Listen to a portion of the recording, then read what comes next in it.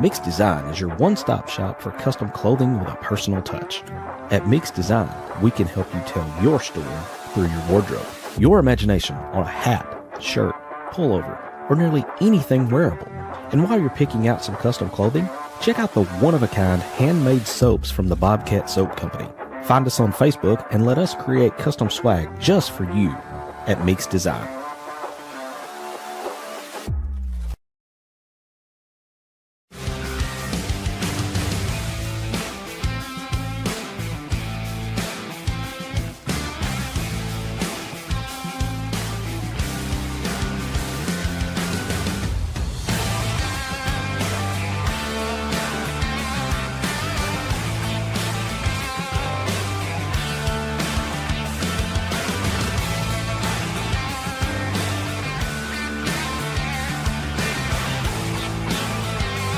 Hog fanatics, we at Inside The Hawg Pen are thrilled to announce that SeatGeek is now a sponsor. As brand ambassadors, we're excited to share SeatGeek as a ticket app that simplifies the ticket buying process for all your favorite events. They provide a 0 to 10 score for each ticket, with green indicating a good deal and red indicating a not so good deal. As a special offer, Hog fanatics can get $20 off their first ticket purchase by using the code Inside Hawg Pen. Check out our socials for the link, and remember to use the code Inside Hawg Pen.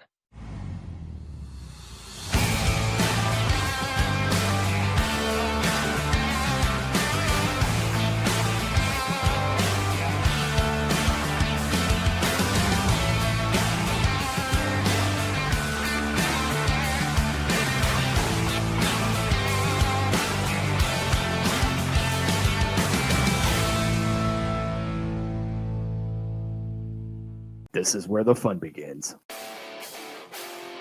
What is up, everybody? But we've seen this movie before. What's Sam Pittman known for? I don't know. Exactly. Is the Arkansas athletic program cursed? You never know what the loudest mouth in the fan base and his wild band of misfits are going to say. I have a river of Kool-Aid for basketball. It's time to step inside the Hawg Pen with your host, Razorback Zach and Marcus MC Carlton. All right, what's up, everybody? Or apparently we're having technical difficulties. Sorry about that. What's up, everybody? Welcome into another episode of Inside the Hawg Pen. I am, of course, your host from the Central Arkansas Hawg Pen, Razorback Zach, alongside my buddy, my co-host, cohort, and every other nickname you think you can have, Marcus MC Carlton. What's up, buddy? Hey, man. I feel like my lights are not working tonight. I feel like I'm in the dark somehow. I felt about that earlier today. Got a huge, and I mean huge, show this evening. We're back on Wednesday nights, but we, MC, are not alone. So I'm going to dispense with the pleasantries and bring in who, well, I mean, do we call her the now former Mrs. Home Run Queen, or number 2 on the all-time home run list now? So number 2, Braxton Burnside, easily former Arkansas Razorback great. What's up, Braxton? Welcome back to Inside the Hawg Pen. Hey, y'all. Thanks for having me. I guess now it's former. That's my new name as of today. All right. Well, so when I reached out to you the other night, we had no idea what would transpire today with the ball game. But I mean, we're looking like geniuses right now with the way everything broke down. So I guess we have to thank Bri for that too, right? Right. It was perfect timing. Couldn't have been any better. Gives me a great platform to say congratulations. Job well done. It's not finished. I have a feeling she has a lot more left in her tank, and we're just going to continue to see those numbers rise. So yeah, today was awesome. Yeah, and then everybody's the home run has gone viral on Twitter. Everybody's talking about it and everything. But let's throw some love to her defense too, because that snag she made at first base and then crawled over to the bag.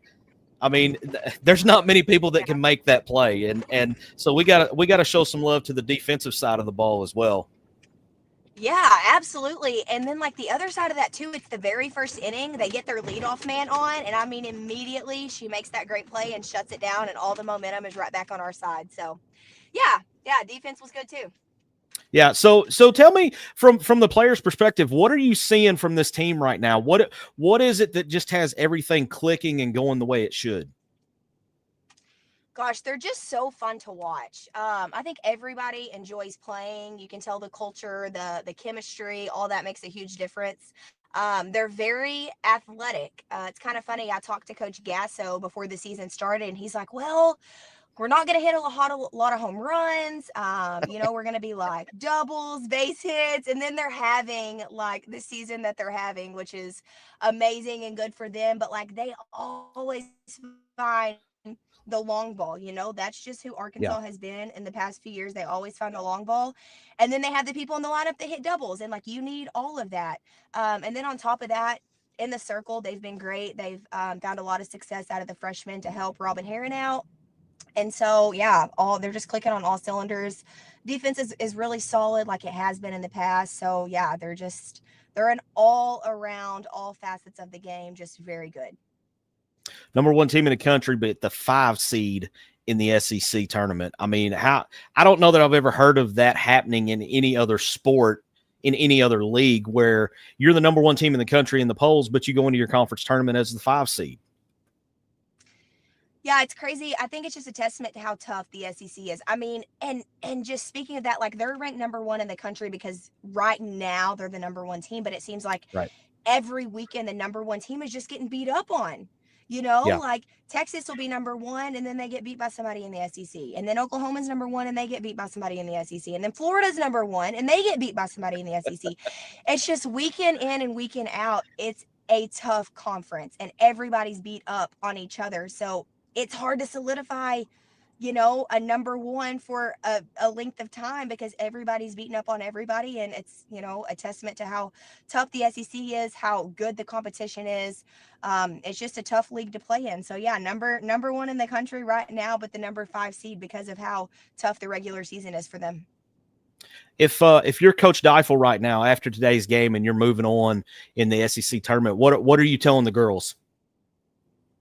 Gosh, just keep the gas pedal down, don't let up. Obviously they're in a really good spot to have a top 8 seed. So they're looking at hosting regionals, hosting supers already, but you obviously want momentum going into the regional and the super regional and like through this SEC tournament, and the pitching that they're going to see from here on out is going to prepare them for any kind of regional that they're put in. So yeah, just keep the foot on the gas pedal. And I think today, just taking away from today, they would like a little bit of a faster start. I think they were no hit through 5 innings, maybe, so getting a faster start. And, that would probably be the biggest takeaway from today. But it was kind of, I was telling somebody earlier, I was like, it's funny how the game comes back around to itself because they had walked Bri the whole game. And then finally there at the end, they were made to pitch to her. Like the game, it's going to come back around. And it, you feel like that it always finds the right person at the right time. And that's exactly what happened today. But yeah, the only negative I have is a little bit of a faster start, but Coach Deifel, she is, she's just such a good softball coach. So I'm sure she's telling them all the right things. Is it, go ahead, Zach, because I got one I'm going to save for later. All right. Coach Deifel made a comment that the SEC this year was a step up from where it was a year ago with the competition level, with all these teams pretty much on an equal playing field. When you look at the SEC as a whole, outside of Arkansas, who presents the greatest challenge in the SEC tournament to Arkansas? Well, I think it has to be Oklahoma. And, they lost a lot of players, but they still have the history. They have the history of being there and doing that, although they have not done it in the SEC tournament because they just got welcomed to the conference this year. It's just the history part of it. It's being there, it's doing that. The staff knows all the right buttons to press at the right time because they've been there for, however many consecutive years now. Yeah. So yeah, I think Oklahoma probably, is their greatest challenge right now. But at the same time, you're seeing some of these teams catch fire and get hot at the right time. So, looking at the schedule or at the season as a whole, I'm going to say Oklahoma, but some of these teams like an Ole Miss and a Florida catching fire kind of late and getting hot, they obviously can sneak up on you also, which is the great thing about this SEC tournament. You know, it's an equal playing field at this point in time, and everyone's just playing to try to get a little bit of a better seed in the NCAA tournament. So talking a little bit about that NCAA tournament, not to jump ahead, but to look at regionals and hopefully potentially super regionals. I mean, you played at Bogle. Talk about playing at Bogle in the postseason. I mean, how crazy can Bogle get? If you're the home team, it's awesome. If you're the away team, I feel bad for you. I mean, it's the same thing at the baseball games, right? Like Baum gets crazy, Bogle gets crazy. Arkansas fans are amazing. You know, it's awesome playing in front of your home crowd. You can't even see grass on the berm because there's so many people and kids out there just like absolutely having the time of their life at a softball game, which is amazing to see for the state. But yeah, it's a huge home field advantage there because the fans are awesome. They fill the stands. You feel their presence on the field. It's incredible. And hosting truly does make a huge difference. I mean, the statistics back it up. You know, a lot of times, I don't know what the stats are, but a lot of times the home team comes out on top because you have that home field advantage, and the fans, they truly make a difference. Yeah. And, you know, you talk about everybody being out on the berm and how full it is and everything. A lot of that are going to be young girls that are, you know, maybe getting their first taste of softball, but what Courtney Neifel has done for this program, talk about the impact that has on growing the game in the state. I mean, you still do coaching with young players now, and what kind of impact does this have on maybe some future Razorbacks down the road? It has a huge impact. I mean, where she started from when she stepped foot on campus and where the softball program is now is like, it's unrecognizable, you know, from where it was. Like, it's leaps and bounds better and more popular, and it's simply amazing what she's done. I mean, there's probably not a little girl in Arkansas that steps foot on the field that doesn't know about the Razorbacks, doesn't know about Coach Stoffel, doesn't know about the team, that doesn't want to be a Razorback. Like, every team that she's had, it makes little girls want to go there and play. And I think that, like, being a past player, that's one of the best compliments you can get, is like, my little girls want to be where you were, or want to play where you played, and want to do what you do. And she's built that. Like, she deserves almost all the credit because, you know, she's made people want to be Razorbacks and want to be a part of that team, which is so cool. And it absolutely has grown the game. It's grown the game in this state because obviously that's what I can speak for. But little girls, they love the Razorbacks. Like, I just had a little girl come up to me today, and she brought a little trading card that had one of the Razorback players on it. And she's like, look what I got. Was literally so excited about a trading card that had a player on it. And it's just little things like that that happen to me all the time. And it's just so cool to see. It gives me chills because once upon a time, nobody knew about the Razorback softball program. So yeah, she's done amazing things for it. I'm kind of hogging all the questions here, so I'm gonna hand it off to Zach and let Zach throw some questions at you now. No, you're good. Hey, Braxton, I wanted to ask you, you know, playing in the postseason is a big deal for the softball team because, again, #1 team in the country. They seem to be getting hot at the right time, like you said. When we have that atmosphere, and whether it be at Georgia for the SEC tournament or in Oklahoma City, does that do something for this team playing away from Bogle in a hostile atmosphere? Yeah, I think it does. But I mean, they have two of, I would say, the biggest road series wins in the SEC. They won at Florida and they won at Tennessee. And Florida was the #2 ranked team when they played Tennessee. I'm not sure, in the top 5. And those are 2 road series that they win. And playing in Knoxville, Florida is tough. Playing in Knoxville is very hard. And so I think that, you know, is great. And then obviously Texas A&M was #1 or #2 when they played at there, and they won that series too. So they have huge road series that I think has prepared them for the postseason. Hopefully they don't have to be away from home. I don't think they will be until Oklahoma City. But obviously that atmosphere is unlike anything else. So I think just being in the SEC and having to play in those hostile environments away from home does them a lot of good. So when they get to Oklahoma City, they're prepared for it. If you guys got a question or comment for Braxton, hit us up in the Camp Productions live fan feedback. MC, you know how we got the hog pen over at Baum Walker, right? Right. I think we need to name the berm over at Bogle. Yeah. Braxton, you got any ideas what we could name it? Gosh, I don't know. We need to come up with something like the Bogle Berm or I don't know. We'll have to think about that. We do need to come up with something though. I mean, all the home runs land out there. Like the berm is becoming really popular. Like it seems to me that's where everyone is wanting to sit. It's a lot of fun out there. They got the food trucks and like the snow cones out there. You know, they do fun stuff like every weekend. So yeah, we need to come up with something for it. I think we're going to assign Loki to that task. There you go. He's very creative. We'll put it that way.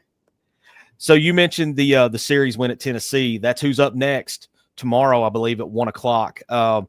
What needs to happen tomorrow? You mentioned the fast start. Anything in particular outside of a quicker start offensively? Gosh, offensively, last time they did amazing. I mean, they showed a graphic today during their game where they outscored them like 17-6, 17-5, maybe.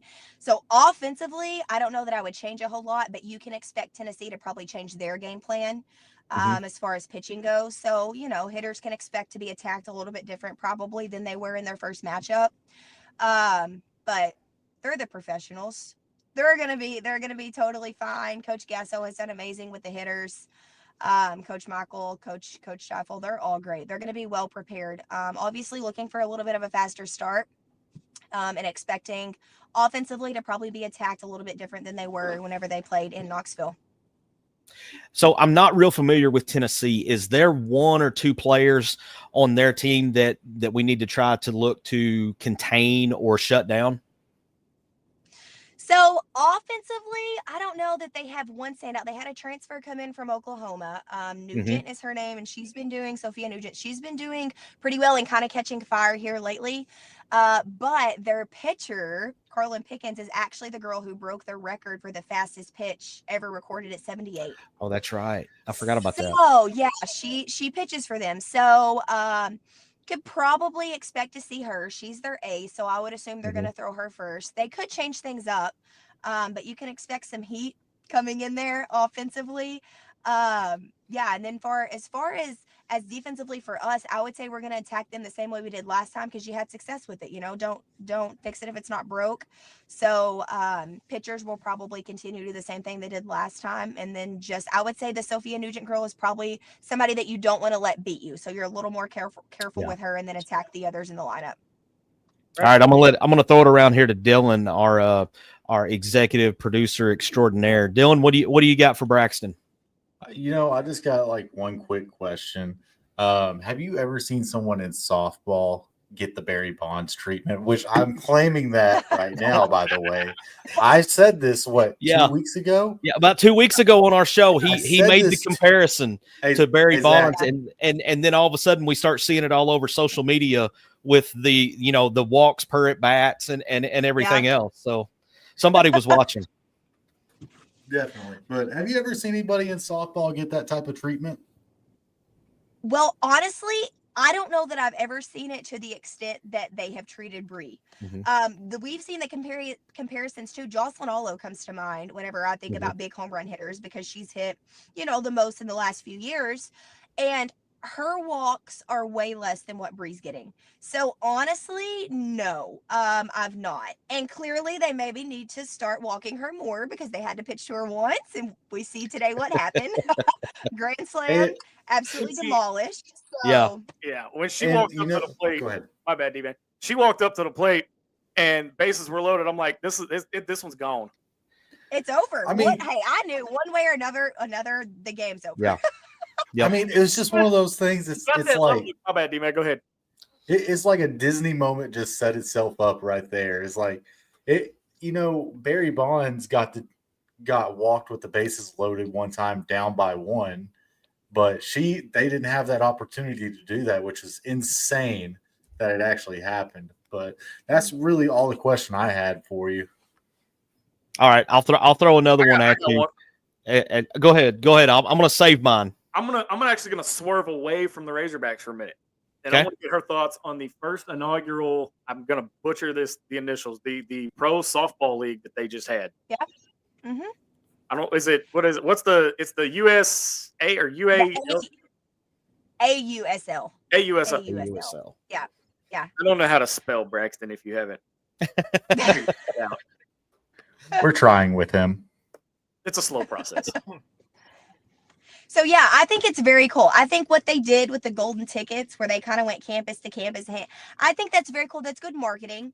It gets people interested, putting their name out there, and it was kind of like an exciting thing, like who's going to get the next one. So it was really, really cool marketing strategy for them. And I think it's cool that they've expanded, and they're kind of doing it a little bit different. In the past, they had their 4 teams, I think, still 4 teams, but they had their 4 teams and they drafted every week.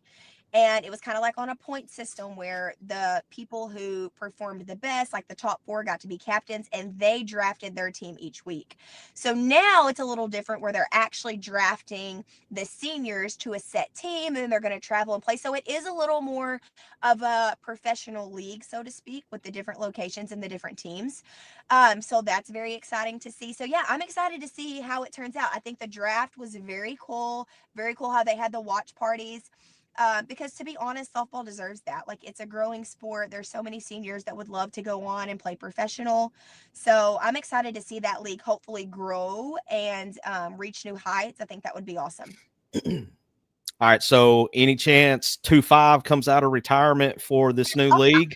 Not to put you on the spot or anything, but we got to ask it. Way to go, MC. There's no way I'm coming out of retirement. I am done. I probably couldn't even hit a softball anymore.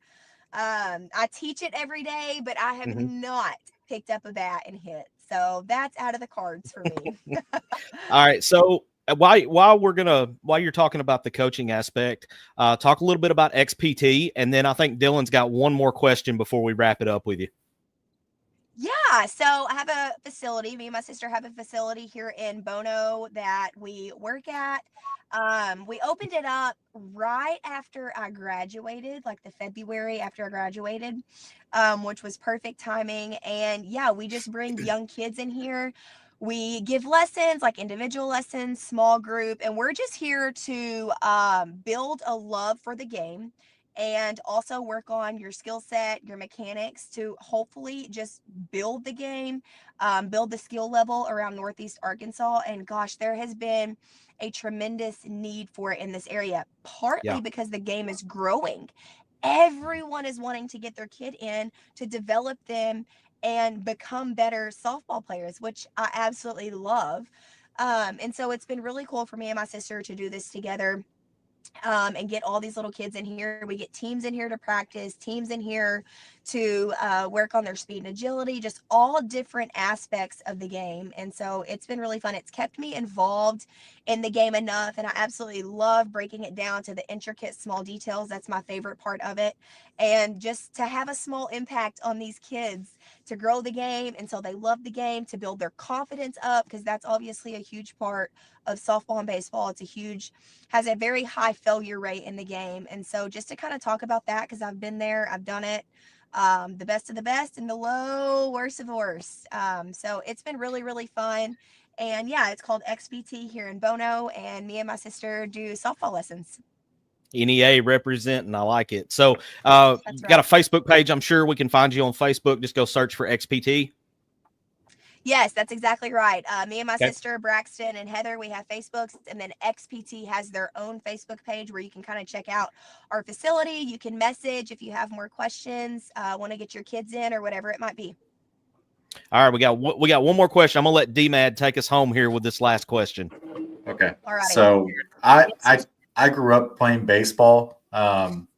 Playing being the operative word. Somebody would argue that I sat a lot, but that's beside the point. I just want to know, because I never felt this. We had Chris Lanzilli on, and I feel like I asked him this question too. What's that feeling like where, you see the ball coming in and it just looks like a beach ball? Because I've never seen that feeling, but how does that work? Hey, I will say, gosh, it's hard to explain it. So what's funny is I had texted Bri a little while ago and kind of congratulated her on her season before she broke the record, because I knew it was going to happen. and whatnot, and just kind of reached out. And she was like, I don't even know how I've hit this many. And I'm like, honestly, I kind of felt the same way. Like, it is coming in like a beach ball, but like you can't explain it. It's just like everything's clicking. Your mechanics are clicking. Your timing is perfect. Like, it just looks so big coming in there. You can see every seam spinning on the ball. It's just like a different locked in. It's crazy. I don't really know how to explain it besides everything's clicking, and it's like the ball's in slow motion when it's coming. And you know, usually it doesn't last super long. The game of softball is so hard. Like, it's literally crazy that you're hitting a 70-mile-an-hour softball with your bat. Same thing for baseball. When you think about it, it's crazy. But when you've worked on it for so long, it's just like second nature. And yeah, it's the best way I can describe it is it's like it's happening in slow motion. And you're literally seeing the seams on the ball spin, and it looks like a beach ball coming in there. So yeah, that's my best. Yeah. Yeah, that's my best explanation, I guess. I guess that's kind of how we felt when we reached out to you, and then Bri comes up today and hits the walk-off home run, and we were sitting in our production meeting the other day talking about, all right, softball's earned the right to start off the show. Yes. And I was like, you know what? Let me reach out to Braxton, see if she'd be interested in coming back on and talking a little softball. And then lo and behold, you know, Bri goes and does what she does today, and then the team moves on, and it just we were just kind of in our zone, you know, of having our beach ball moment. So I'm glad it all worked out. Yeah, everything was clicking. There you go. Yeah.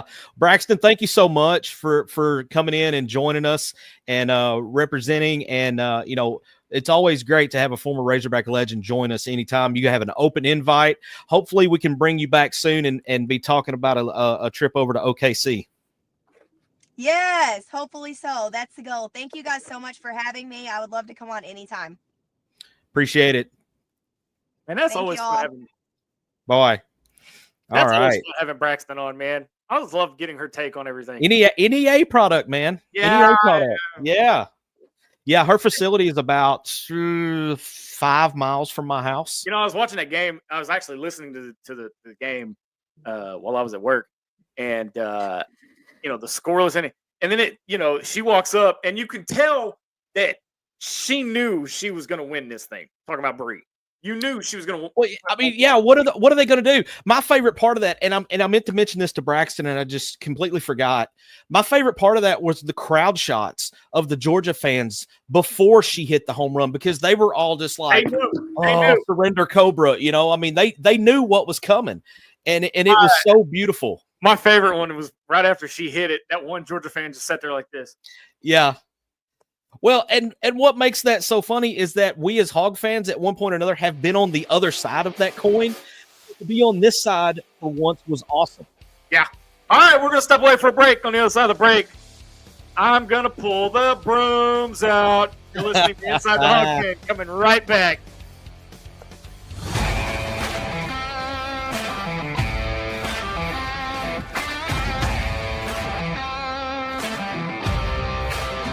Mix Design is your one-stop shop for custom clothing with a personal touch.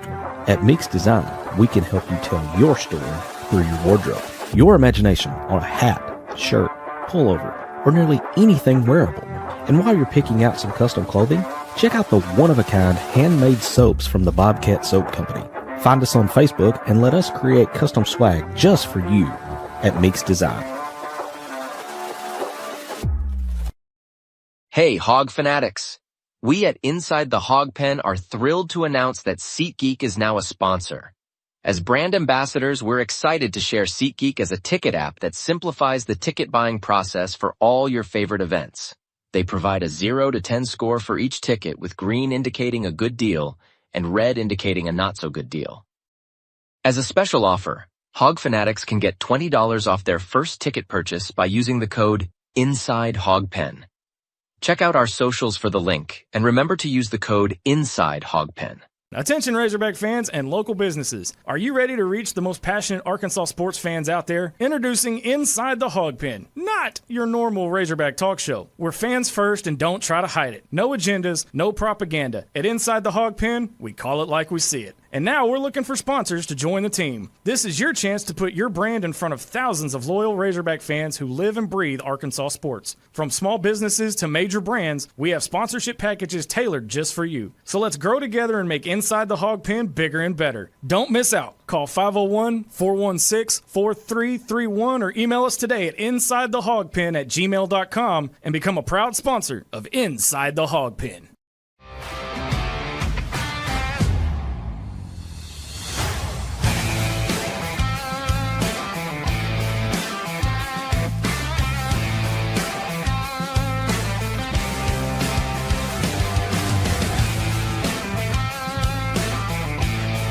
It's time to step back inside the Hawg Pen to the Meeks Design Studios.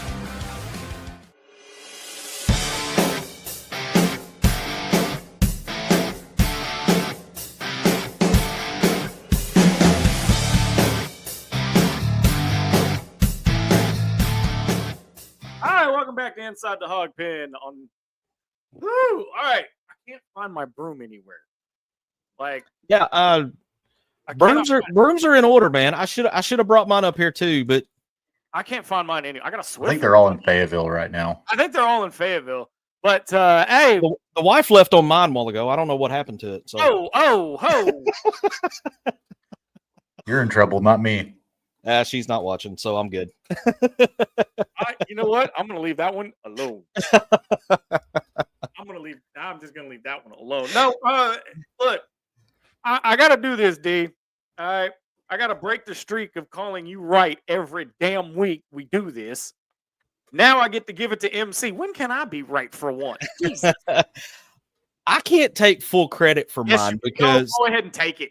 Because I was saying it in a sarcastic manner when I said it. I mean, and they just happened to take it to heart. So, you know. Now I will say this. Texas did they forget to run how to base run? Did they forget how to run the bases? Hey, we saw better base running at Joe Mack Campbell Park last night for my boys' opening night of baseball than we saw in that game. I saw that and went, the hell? I mean, well, and what makes it even funnier, it was two of their everyday players that did it, and Schlossnagel immediately pulled them out of the game. I mean, he immediately pulled them and put their butts on the bench. Oh, yeah. I'm having audio. I was thinking when it happened, I was sitting there like, there's no way this happened for the number one team in the country, still the number one team, by the way. Different subject. That's a different rant that we'll get to in a little bit. Yeah. The number one team in the country can't do something a peewee team, literally a peewee team. They did not. You always have what is the first base coach doing? Yeah. What is he doing? This is just as much on him. I agree. It is. And nobody's brought that up. Everybody brought up the fact that the runners took off, but part of your responsibility at the first base coach is to communicate, hey, there's only one out. You know, there's only one out, and you do it before the ball's hit. So this is what base and a third base coach says. Hey, ball on the ground, you're gone. Hey, ball behind you, you're gone. Hey, ball in the air, hold on. But even the fact that it's a foul ball, what? Yeah. Why? That kind of reminds me of God. I don't remember what year that was when they were down. Arkansas was down in Little Rock. I want to say it was either 19 or 20 because Kirstad was still here, and he was headed for home and just kind of veered off. Like he just walked off the baseline. It's like, I don't think I'm going to go home. I'm going to go to the dugout. Well, and you got to give also the kudos goes to, I think it was Gabe. Was Gabe Frazier the one playing second base? Because Reese had kind of come up with Helfrich up there to, he'd kind of come to play the ball, and then Helfrich called him off. So he wasn't at the bag. And I think it was Gabe Frazier that went over and covered first, where he could just toss it to it. So, I mean, kudos to him for being right on top of everything. And when they took off, I mean, you could tell by the announcers, it even caught Carl Ravitch and KP off guard as to how something like that could happen. That was funny. I'm sorry. Their commentary. I'm not a big fan of commentary sometimes, but that was funny. Yeah, that was good. Dead on. Like, they said everything about that. Like, I'm thinking in the back of my head, I might pull these guys if this happened on my team. And Yeah. lo and behold, come out of commercial. Oh, they've replaced these two players. Still don't know their And name. I even said on the show Friday on the radio show, it just I was like, somebody had said something about peaking, and it's not peaking if you're getting hot at the right time. Yeah, I wouldn't. Yeah. What did I say to Chris Lanzilli the other day? Mhm. What did I say, Zach? Do it. I don't want to talk about it. I said, No, no, I'm not. We were, I'm fine with us like losing those 3 series. I'm not happy with it, but I was fine with it so long as they get the bruises taken out now and they figure out how to win after. Did I not Guess say what? that either? Guess Well, what? you know what, D-Mad, you weren't alone because Carolyn's waiting on us to put the ones up for her because, and I remember this because she came after me and I will take my crow and I will put a little hot sauce on it and eat it.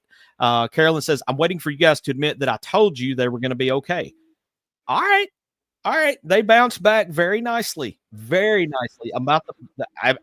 Obviously the best bounce back you can get is to come back and sweep the number 1 team in the country and get to throw this in the process of doing it. So look, I've been playing I told you so with Carolyn all week. So I'm not gonna she's also okay. She's correcting me again here. She said Frazier didn't play that weekend. I don't remember who it was at second base then, if it wasn't Frazier. It was Kozel.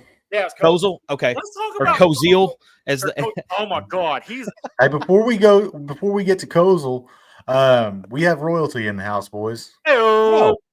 Howdy, Casey. Okay, before wait. Okay. You're gonna might have to edit this. I don't know. But I feel like a little bit of a bonehead. Let's just put it like that. Because I forgot Casey's birthday last week. So I'm gonna go ahead. I know, right? I'm terrible. So God, Zach, come on. I know. And go ahead. I know. Happy birthday, Casey, belated. May 3rd was her birthday. So happy birthday to 1/2 of ITHP royalty. Yep. But let me get you guys' take on this. Okay, you've got two series, and I'm gonna steal this question from MC because he posed it to me earlier this week, right after the sweep. You've got 1 series left. Would you rather one on the road and one at home? One on the road, one at home. Would you rather have LSU on the road or win against Tennessee at home? Here's my take. Go Tennessee. to Alex Box and take a series or win against Tony V. Or win against Tony V. And that's a tough question because we are cursed at Alex Box ever since that damn possum. I'll just say We've been cursed over there. So like, and also, you want to shut up that dugout over there. They're getting as bad as the Ole Miss boys. How much? No, I still think Ole Miss is worse, D. I still think. At least Tennessee can back it up. That's where I was going to go. Yeah. Ole Miss is not quite as yappy this year because they're not as good as they have been in the past. But yeah, for me, this is a no-brainer. If I can only win one of the next 2 series, I want what Carolyn's talk about with the all orange sweep. Do you think? Okay, realistically though, I mean, look at it this way. Okay, Tony V. It's Tony V versus the GOAT. Yeah, that's like John Calipari versus it's teacher and the student. Dude at Kentucky. Say the guy at Kansas. No, Pitino. It's Pitino, Rick Pitino. Yeah. That's the one I was. See, this is why MC and me are like this, man. 4 years running, baby. We're like this. I didn't want you to wear a Pope hat. That's all I didn't want you to do. You ain't right for that. Oh man. But okay, but seriously though, I mean, if you look at the 2 series, I mean, when it boils down to it, Tennessee's the one you want. Tennessee means more, at least to me. I would love to win them both. So. I'd love to win them both. But when it boils down to it, give me Tennessee at home, regular series finale with a spot, top 8 seed, increase your, I mean, you're obviously going to be an 8 seed, but increase that seeding with that series. Do you guys care anything at all about winning the regular season title? Because we're 2 games back with 6 to play. I don't give a damn about it. I don't care. I'll be honest with you. I don't care about the regular season title. I don't care about the tournament title. The only title I care about is in Omaha. I'm going to say this. I think it would be cool to win it. I do. Mm-hmm. But if you look alongside the fence on Baum-Walker Stadium, I don't think they have anything to do with the championship, the conference champions anymore. Yeah. They used to have it up there. They used to have West Division champs. Mm-hmm. And then I think you're right. I don't think it's out there anymore. I don't think it is either. It's not. But let me ask you this, okay? And I think I posed this last year when we had the very same conversation this time last year. I don't think D was part of it though. So with him being the base, and he, by the way, for those of you that don't know, D has now become a permanent fixture on the show starting next season. He's our baseball guru. And I just learned that just a few weeks ago. When you look at the history books, D, and MC, go ahead and jump in here too. When you look at the history books, year by year, okay, what's the one thing people are going to remember about that season? Is it the West Division title? No. Is it a conference title? No. Is it a tournament title? How it ended. No. It's how and where you ended. Mm-hmm. I've been telling y'all for the past couple of weeks, the last year's ending has been burned out of my memory. I still think we lost to TCU last year. Dude, that was 2 years ago. Exactly. Don't get me started. Hey, I live a little bit further, so I've got a heads up now. But I the past 2 years, we haven't even made it out of the regional. Mm-hmm. Nobody's happy with that. DVH isn't happy about that. Lanzilli's been he's been critical in his own way about situations, but he knows the expectation at Arkansas is Omaha or nothing. We didn't start the Omaha mascot thing for nothing. Yeah, we're the Omaha Hogs. We were there every year. I want to D-Matt, I want to jump over to the Cam Productions live fan feedback. Put Eric Jernigan's comment up there. It says, once again, Wood was dominant except for that one home run that got away from him. Is he shaping up to be our ace? Look, man, he looked good. He looked really good. Let me get it all the time. The only reason why I will say no about being the ace is because, Zach Root. I mean, I am Root. Well, everybody just figured out about him. He is a different form of Chris Sale. Chris Sale is more of the sidearm, but where Zach Root's more of the 3/4 slot. But he does the same thing. He's throwing those sliders at you, and it's going to hit a right foot, or it's going to hit the right-handers in the back foot. Yeah, because of how much they break. But it's looking like a strike. It's looking like a strike, and then all of a sudden the bottom falls out of it, and that's what Chris Sale has made a ton of money on. Yeah. And the fact that you can back that up with mid-90s fastball, it's not fair. That's not fair at all. Hey, do me a favor for those of us. I got you. No. This is actually directed at you. When you explain to the fans that don't know sidearm, 3/4 arm, explain what you mean by that. So a sidearm throw is out here. The normal throwing motion is about right here. That's the 3/4 slot. Mm-hmm. When you're teaching how to throw baseball, you'll have a lot of, I guess I'll do it left-handed so you can see better. But you'll have a lot of coaches saying, I want a right arm. That's over the top. That's 12 o'clock. That's where you get your 12 to 6 curveballs because they're coming straight down. You go over here, that's more sidearm. Or that's more like 3/4 slot, which is more natural for about 99% of people. And then you have the sidearms, and then you have the submarine guys. Those are just weird guys. Well, anything other than overarm is weird to me. Well, as you start to get more experienced in baseball, my dad taught me over the top. But, as you get more deep into playing, it stops coming like this, and it starts going like that, because you can just get more pace on the ball. It's a little bit more whippy. You know, if you see those pictures of the MLB pitchers and they're weird, it's weird to look at when you see a guy pitching because their arms like this. Yeah. And you just see every vein. Yeah. It's just because they can get more whip action and you can get a lot more behind the ball. Yeah, but you can also get more damage that way, can't you? It puts more torque on your arm for sure. You know, there's safe ways to doing everything. That's the best way I can answer that. All right, put my boy Justin Ashmore up there. He's been a good friend of the show for a while. He says, I have a friend that is a diehard LSU fan. We always seem to have that one, right? I'm Dave? sorry. He's afraid of us going into the box. The, quote, arrogant LSU fans are giving our Hogs respect. Hell, everyone in the country loved us sweeping Texas besides Texas. Yeah, nobody likes Texas. Yeah. Nobody likes it. Who likes along that lines. Go ahead. No, I just have a comment about Texas that I can't say on air. Well, I think we all do. But I have a couple, actually.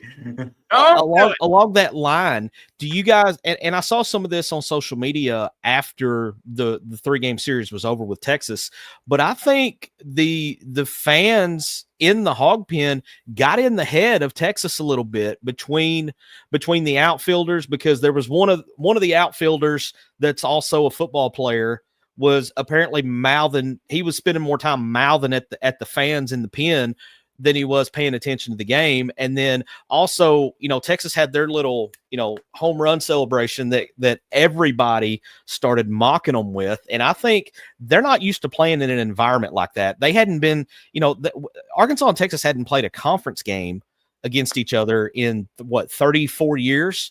And coming to what was it, George Cole Field back in the day, going there versus coming to Baum Stadium, there's no comparison. And I just don't know that they were mentally prepared for the atmosphere that they walked into. I think we lost. Yeah, I think we lost. Yeah, I'll compare. I'll keep on going on that because, you know, as I told Lanzilli, I'm sorry, I'm not trying to disrespect your experience as a Razorback. There's nothing like Texas. There's nothing like Texas. MC, I think we got you back, bud. I didn't even realize I dropped out, man. Bro, you locked up faster than them base runners that Texas had over the weekend. That's pretty bad. But I just came up with that, by the way. I'm quick when I need to be. Hey, put Baxter's comment up there because I like what he's saying. Looking to the future, everyone needs to be watching this kid. Tyson Meeks, 51 pitches, 10 strikeouts, 1 hit by pitch, no walks. And that just happens to be the young man in his profile pic right there. So look out, Tyson. Shout out Tyson. Now, the only thing I'm gonna say about that is he's wearing the wrong colors. Well, his Chiefs team that he played on. We got. I don't know who the coaches are, but we got to talk to him about that powder blue color. Well, that's your backup team, dude. Not in baseball, it ain't. Uh-huh. So who's your backup team in baseball? Baseball? Ooh. Put him on the spot, why don't you? Golly. I mean, y'all are going to hate me for this, but I mean, Tony's kind of growing on me, man. Hey, look at him like that. Matt, we're going to have to do some reevaluating on our on-air talent here, buddy. I think we need to call an emergency meeting and discuss MC's future. Oh, man. But I got a buddy in Knoxville right now that's losing his mind if he's watching.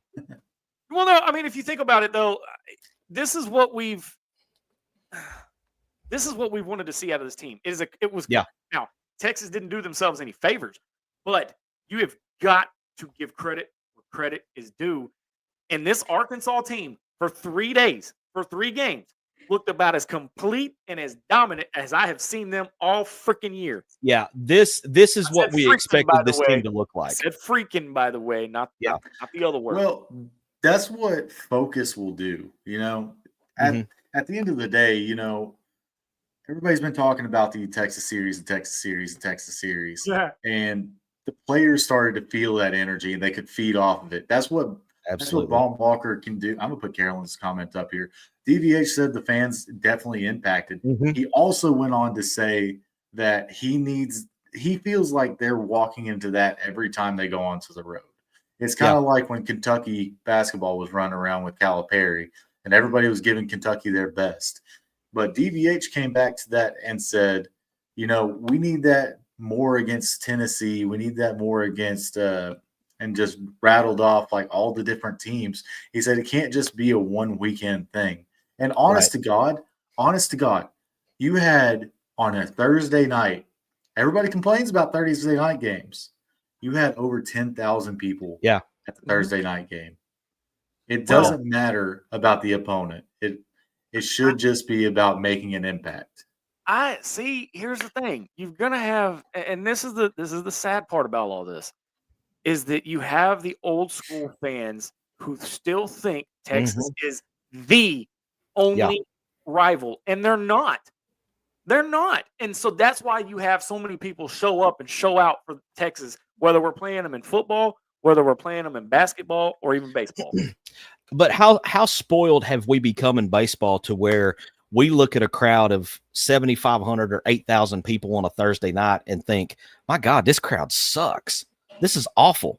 When there's D1 schools in Power 4 conferences that don't have 7,500 or 8,000 people on a Saturday at 2:00 in the afternoon when it's 75 and sunny. We're spoiled.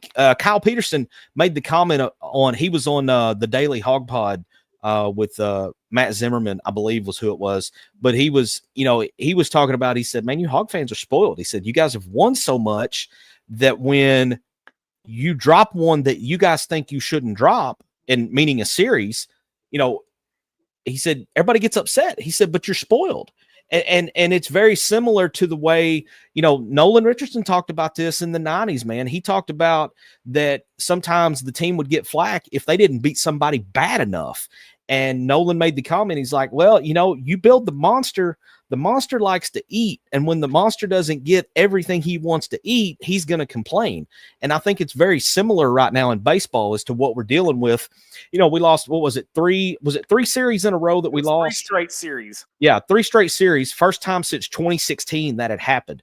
That in itself, the fact that it had been 9 years since we lost 3 consecutive series is enough for most people. We should sit back and go, wow, that's quite a run.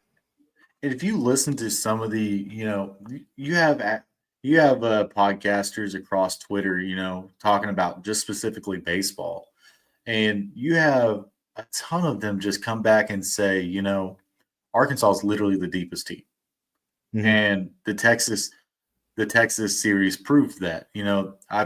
I've seen posts saying, Arkansas has got the bullpen strength, they got the starting pitching, they've got the hitting, they got the fielding. Like Vahiva Aloy, I just give the man the golden spikes right now. Hats off, bro. Give it to him. Hats just off, give it to him, bro. Don't even vote. Don't even vote. We were Just talking give about the damn thing. We were talking about seeing a beach ball. Yeah, he's there, and also he's a vacuum. Yeah, you see a ball get hit almost to right or left field, and somehow, some way, he turns that double into a single because he just gets there. There was a hit in I think it was the last game of the series. It was just a piddly dink, just ground ball. They shifted over to the right, but somehow he got to it, and that ground ball would have been a 2-bagger if he didn't grab it. Well, he has Vahiva, of all the things that he has done, he has now made it a full-on debate about who the best shortstop is, because prior to Aloy getting here, it was Jalen Battles. Yeah. So hands down, Jalen Battles. And now you got to look at it and say, oh man, Aloy might have overtaken him. And I love me some Jalen Battles.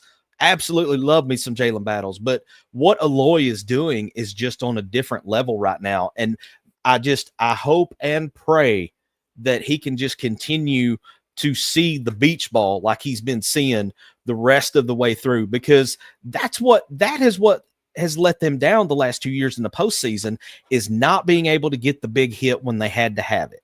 That's what hurt them a couple years ago against TCU. That's what hurt them last year. I guess it was in that SEMO game where they had the guy throwing he was throwing eephus pitches. He was throwing 65 miles an hour, and our timing was so off that we just couldn't make it work. We could hit Paul Skeens all day, but we couldn't hit the guy throwing 65 mile an hour BP because we're so used to those high mile an hour yes pitches that we throw a slow one. It doesn't work. Hey, I did some research, and UGA, A&M, and Florida were the ones that we lost back to back. I'm okay losing those because it humbled the team, and they kind of hit the reset button because look at what they've done since that. Since that 3-game skid, look at what they've done since. 2 of those teams are top 5 now. Yeah. And Florida is, I think, top 15. Florida's always good. I mean, Florida, O'Sullivan, I see a lot of similarities between he and Dave and how they run their program, and the fact that when it comes down to the end of the season, O'Sullivan's going to have Florida there every year. I mean, it's just the way it is. You mentioned Georgia. I want to touch on something real quick that Justin says here. Am I the only one that feels kind of bad for Mississippi State? I mean, they've always been a respectable baseball program since I could remember. Last 2 seasons have been a dude dumpster fire.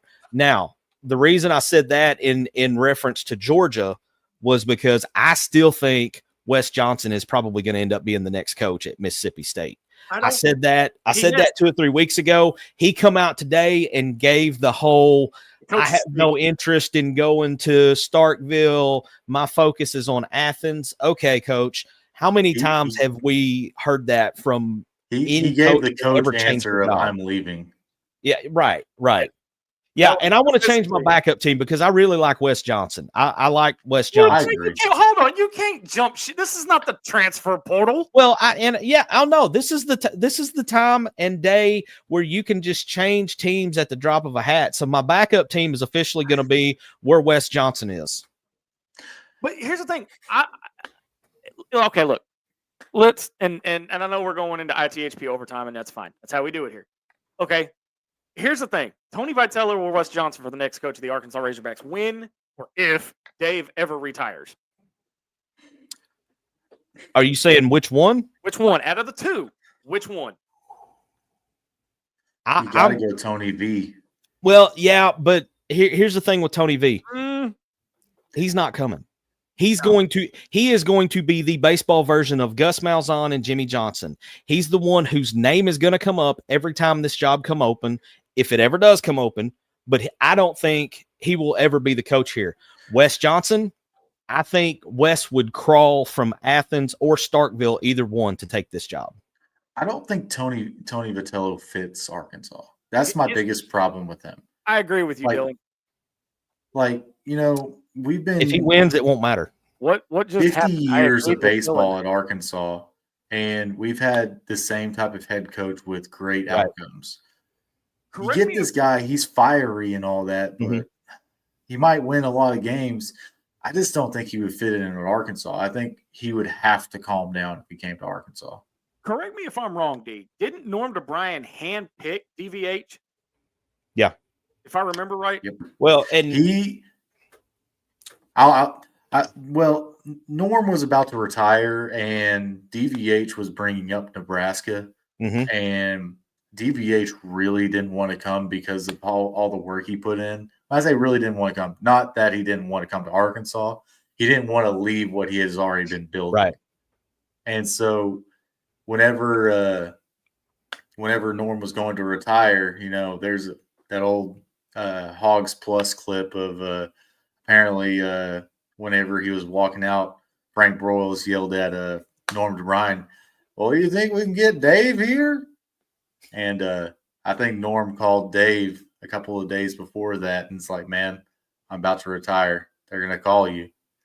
And I think he was a little hesitant, but, he's a hog, so he's like, "I'm coming." Yeah.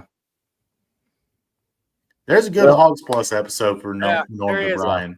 Hey, I know we're going to hit ITHP overtime, but we've got to get to the football team because we found out some things about the football team that are a little interesting. But we're going to go take a break and catch our breath. You're listening to Inside the Hawg Pen. Back right after this. Attention Razorback fans and local businesses. Are you ready to reach the most passionate Arkansas sports fans out there? Introducing Inside the Hawg Pen, not your normal Razorback talk show. We're fans first and don't try to hide it. No agendas, no propaganda. At Inside the Hawg Pen, we call it like we see it. And now we're looking for sponsors to join the team. This is your chance to put your brand in front of thousands of loyal Razorback fans who live and breathe Arkansas sports. From small businesses to major brands, we have sponsorship packages tailored just for you. So let's grow together and make Inside the Hawg Pen bigger and better. Don't miss out. Call 501-416-4331 or email us today at insidethehogpen@gmail.com and become a proud sponsor of Inside the Hawg Pen. All right, welcome back to Inside the Hawg Pen. Talk with no fluff or agendas. Well, that's new. How many times we're going to hear my voice? What? Come on now. What's up, everybody? Welcome back into the Inside the Hawg Pen. All right, so we've talked softball, we've talked baseball, and now we get to talk my favorite segment. Oh, God, do we have to talk football? We have to, because here's the thing: they've been quiet, and that's scary. If you're an Arkansas fan, there's not a lot of hype going on right now. There wasn't a spring game. You're not hearing a lot out of camp, which scares the ever-loving hell out of me. And I'm gonna tell you why. Because the last time we lost, last time that it was this quiet, we kind of went on a little bit of a run. Everybody remember the Sugar Bowl? I know you're not going to compare this team to the Sugar Bowl team. No. I am not comparing. Look, okay, all right. Bowl team. All right, let's just apathy has set in with this team right now. All right, apathy has set in. I'm apathy. Hi, apathy. Here's the problem: they're bringing in a couple of guys that might make a difference on the offense. Yeah. Okay. No, I will agree with that. There have been some very nice portal additions that have not gotten a lot of talk, but they may not be the superstar kind of guys, but I feel like that they are filling needs and they're filling voids from what was missing last year. It's kind of like what Cal did with the two big guys that he brought in off the portal. They were, fairly decent names and fairly decent hype around them, but they're going to fill the void of what was missing from this last team. And I think that's what, whoever you want to give responsibility to for bringing these guys in, since they're on the offensive side of the ball, I think Coach Petrino gets a lot of the credit there, because Pittman has said that, hey, this is Bobby's show on offense. So the other thing that you got, and my other problem I have with this football team, okay, we can get all the receivers in the world, all right, we can get all the transfers in the world, but can Taylor Green complete a damn pass? Yes, he's in a Bobby Petrino offense in the second year. I think you're gonna see a different Taylor Green from what you saw last year, just simply because it's the second year in the offense. And I think you're going to see a very significant jump in his decision making and his, in-game IQ would be a good way to put it. I just want to see him more aggressive when he throws the ball. I just want to see him play on time. That was his biggest problem last year. Yes. Shout out DJ Williams for breaking that down on no doubt occasions. But being late on throws was his biggest problem last year. And I'm not a football guru as Bobby Petrino is, but I'm not dumb either. Right. So if I can see there's a problem, that dude saw it 3 minutes ago. Yeah. He saw it as it happened. And Bobby can dial up some plays. He is possibly one of the best play callers.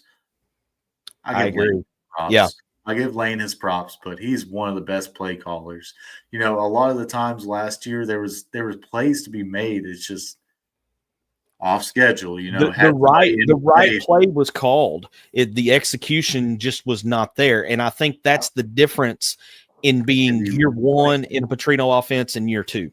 Wait. One example. Wait. Go ahead. Okay, look. The execution wasn't there. He ran 70 yards backwards to get 5 yards. You won't see that this year. When you have bullfighters up front going Olay and just letting the defensive line go right through, you kind of have to run for your life a little bit. And then going to cry to media members about how the coach is coaching them and they're not respectful to them. Oh, boo. Who? Yeah. You are a 6'6", 300-pound baby. Yeah. Grow Get a set. over it.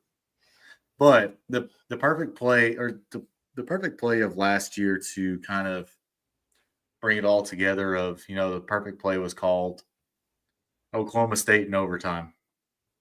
The wheel route. The wheel route never fails, man. Wait a minute. Weren't you at Boudreaux's when we were watching that game? No. Because I remember you and I having that conversation, and you called a play on a wheel route and said, watch this. And he hit it for a touchdown. I don't remember what game that was. That was Auburn. Who did that? I think that was Auburn. Well, that could have been Auburn. Listen, that was the one Auburn is out of my memory. Why is that? This year. Never mind. Sorry. Go ahead. Don't kill him, Ariana. Yeah, I don't think she's watching either. So you better pray she ain't.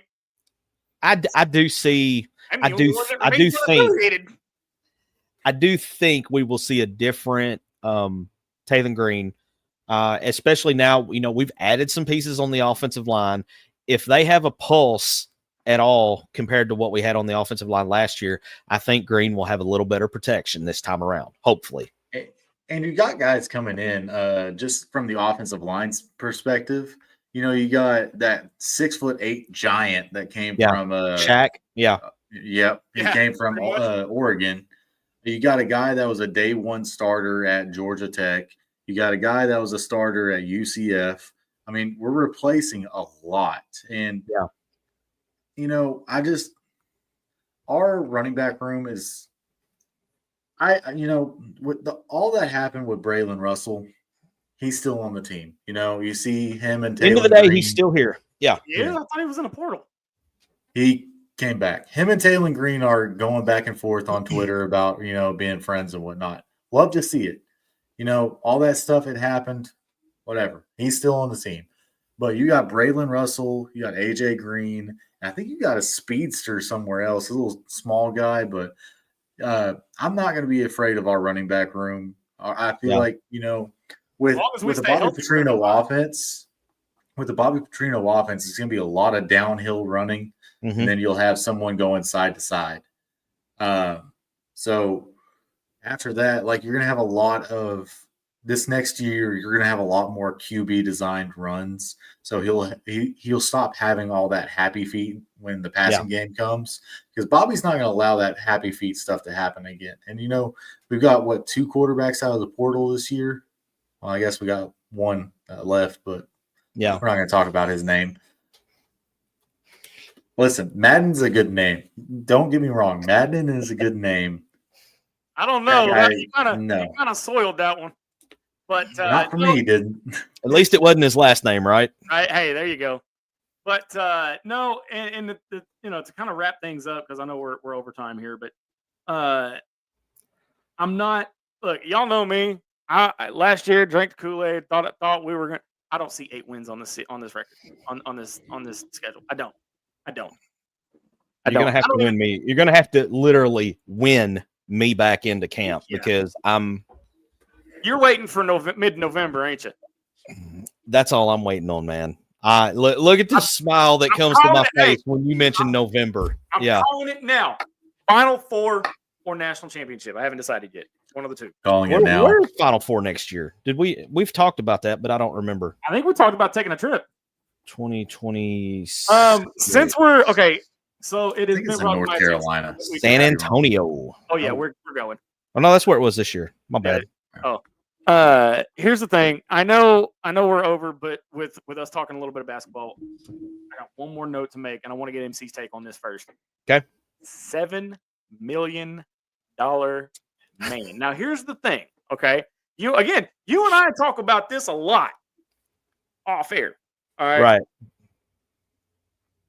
Right. He declares for the draft, but he puts a no contact tag on his draft profile thing, whatever.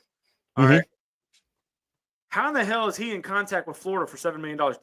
They can't reach out to him. I thought they can't reach out to players on rosters either, but they seem to do it. Yeah. So okay, so this whole $7 million offer from Florida. I've got a question for you when you get done explaining. Okay, so all of this came about from the morning show that is, comes out of Northwest Is there a rush Arkansas. to listen to it? No, not a rush to listen to this. It's the one that comes prior to the rush. Okay. But so it originated there that allegedly there's a $7 million offer for Boogie to go to Florida. Jeff Goodman. It was 4. Well, it was 4, and then BM started talking about it being up to $7 million. So Jeff Goodman, who is Field of 68 and Goodman Hoops, he comes out, quote tweets what was put on Twitter by that morning show and says this is completely and utterly inaccurate. And I was going back to look for the tweet now where he put that out there, but I can't seem to find it. He tweets multiple times. And okay, here it is. I have found this here. College Basketball Report first put out that if 5-star Boogie Fland, Arkansas freshman Boogie Fland, withdraws from the NBA draft and returns to college, he could command up to $7 million from the reigning national champion Florida Gators, per Bo Mattingly on his morning show.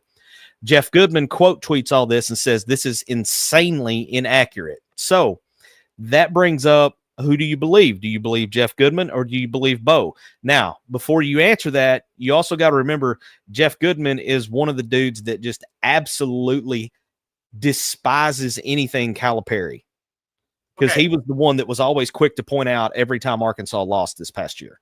Let me pose a question to you, MC. And I posed this to you the other day. Yep. All right. Say he's got $7 million on the table from the reigning national champions. Yep. That's all good and well. That's more than he'd make in his rookie contract and probably in his next year's contract. All right. Who would you rather play for, the money or Calipari, and learn how to stay in the league a lot longer? It's Calipari. The answer's easy. It's Calipari all day. Yeah, I mean, it depends on what your motivation is. What's your motivation? Calipari. All right, give me Calipari all day. Now that's one of those. If he says, "Hey man, I'm going to Florida," hey, slap him on the butt and say, "Hey man, it was a pleasure coaching you." Yeah, hey, you congratulate him. You tell him best of luck. You give him the WWE speech. Best of luck in your future endeavors. Go get that bag. If you can get $7 million from Florida, I wish you the best of luck in every game except one. So, because if you look at what Arkansas's got coming in, especially at the point guard position, and then also combine that with what they've got coming back. I mean, Darius Acuff was just voted the MVP of the Allen Iverson, All-Star game. And now, this doesn't happen. Allen Iverson is not the type of guy that will go out and pick a young player and mentor him. Allen Iverson is mentoring Darius Acuff, who's coming to Arkansas next year, number 1 point guard in the country. So it's not like there's going to be a huge void at point guard if Boogie, whether he goes to the draft or whether he comes out of the draft and goes to Florida. We're going to be in good hands. We're going to be just fine. But you and I have talked about this.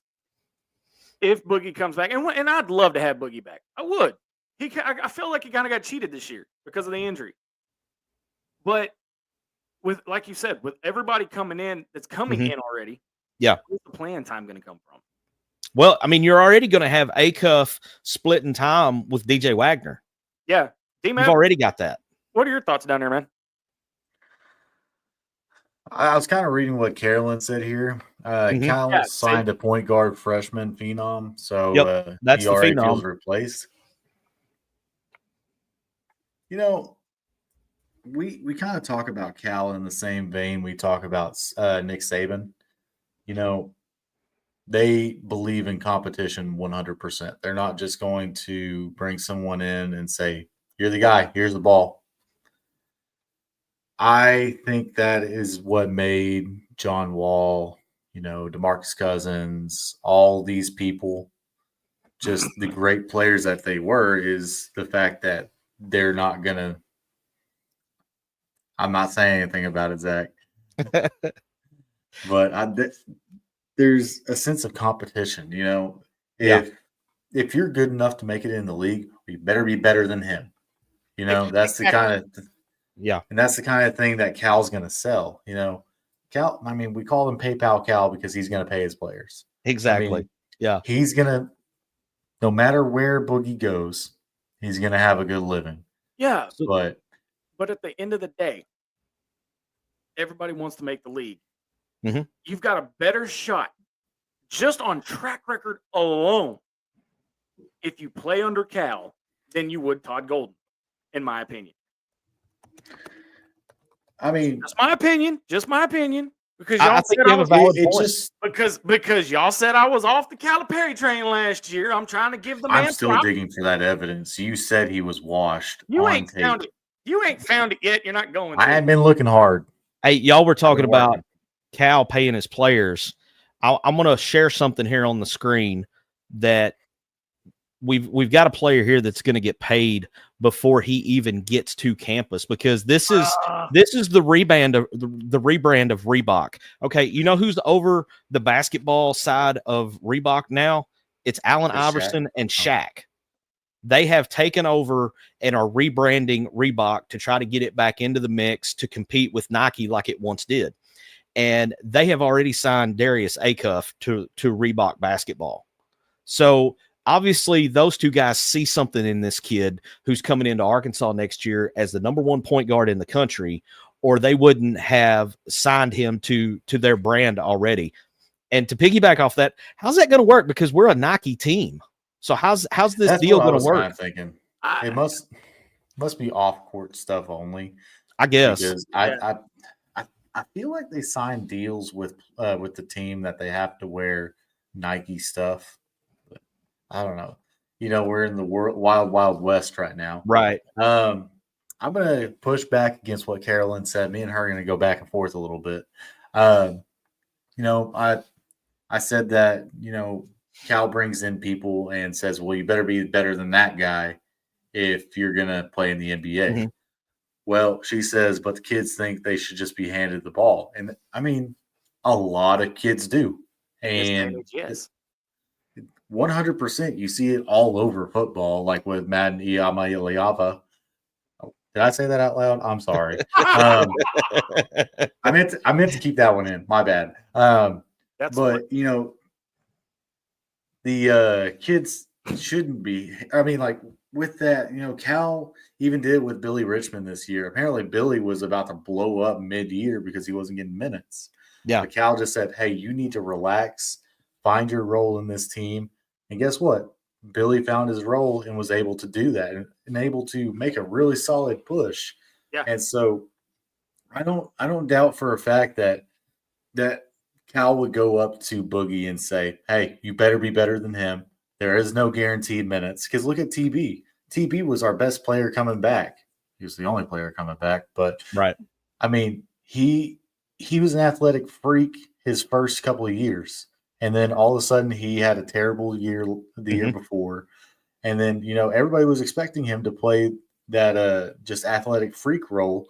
And it didn't happen at the first. But he worked his way into the starting lineup. Yeah. All right. Final comment of the night where they're going to wrap this up. Eric Jernigan says Boogie was supposed to be a one and done. The recruiting strategy was always to replace him after year one. Yep. I agree. I mean, that's true.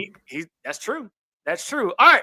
We're going to start wrapping it up. Final thoughts before we get out of here tonight. MC, we'll start with you. Big series at LSU this weekend. I want to see how we come out of the Texas series. We bounced back, got the sweep. I want to see what happens when you go down to Alex Box and we're on the other side of that hostile environment. D-Med? Oh, God. All right. For those of you that don't know, let me throw a disclaimer out there. When you see him smile like he's smiling now, be afraid. Be very afraid. It's some sort of grin. I don't remember what the rest is, but it's some sort of grin. Just knee-jerk reaction, like when you put me on the spot talking about Arkansas and Ollie Gordon.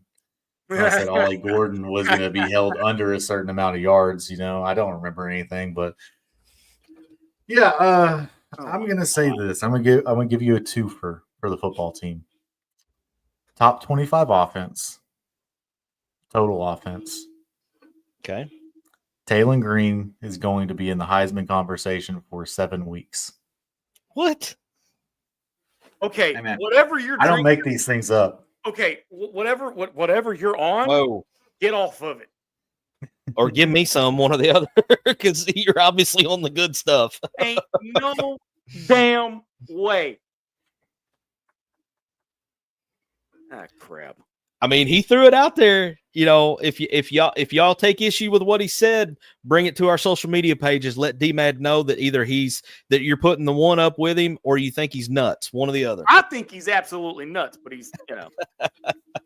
I am slightly crazy, but Hey, after last year and him saying, you know, the number of wins they were going to have, I have learned to just keep my mouth shut when it comes to football. That's what a basketball guy gets for trying to talk football. So I'll leave it be. You're never going to let him live that down, are you? Keep pumping that ego, dude. Just keep pumping that ego. All I got to say is I said 70-10. That's all I got to say. I didn't think we were going to shut out UAPB. All right, next week I'm going to be solo on this show running every damn. It'll just be me and Loki. That's it. No. All right, so final thought for me tonight. Hey, Mother's Day is next Sunday. Well, actually, this Sunday. Yeah. Is Mother's Day, so make sure you guys take care of your mamas and your wives that are moms too. So, but man, I tell you, it's been a fun week. Glad to be back for my second week since on my little special assignment, and looking forward to many more. Got some big things coming down the pipe here at ITHP, so y'all stay tuned. Make sure you like, share, follow, subscribe, whatever other button you got to hit on whatever social media platform you're watching us from to make sure that you guys stay in touch with us. We've got another crazy episode coming up again next week of Inside the Hawg Pen. Until then, so long, everybody. Thanks for watching this episode of Inside the Hawg Pen. Listen anytime on your favorite podcast provider, and be sure to follow us on all our social network channels.